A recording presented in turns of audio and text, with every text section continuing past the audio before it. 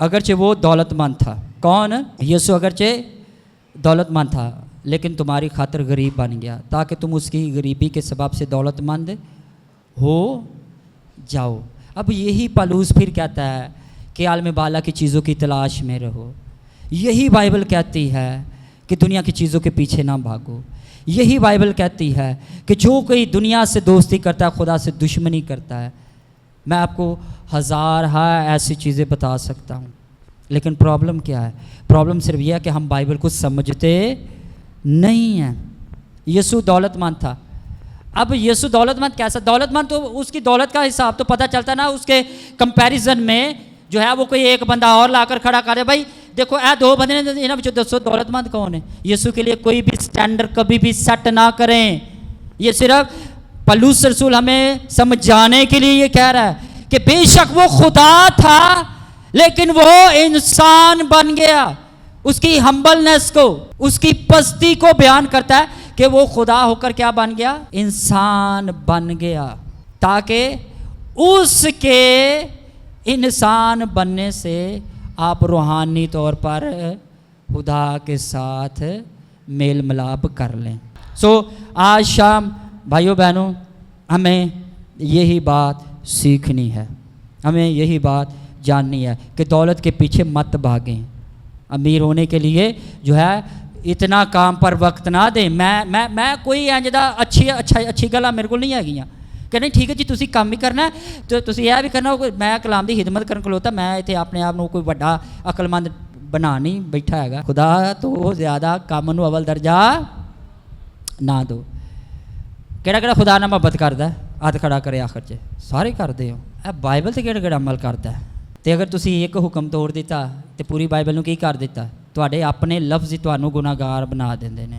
बताने का मतलब मकसद यही है कि आपके लिए खुशखबरी क्या है। अगर तुसी गरीब हो तो कोई मसला नहीं हैगा। ये ना सोचो नहीं यीशु सानू अमीर ही करेगा।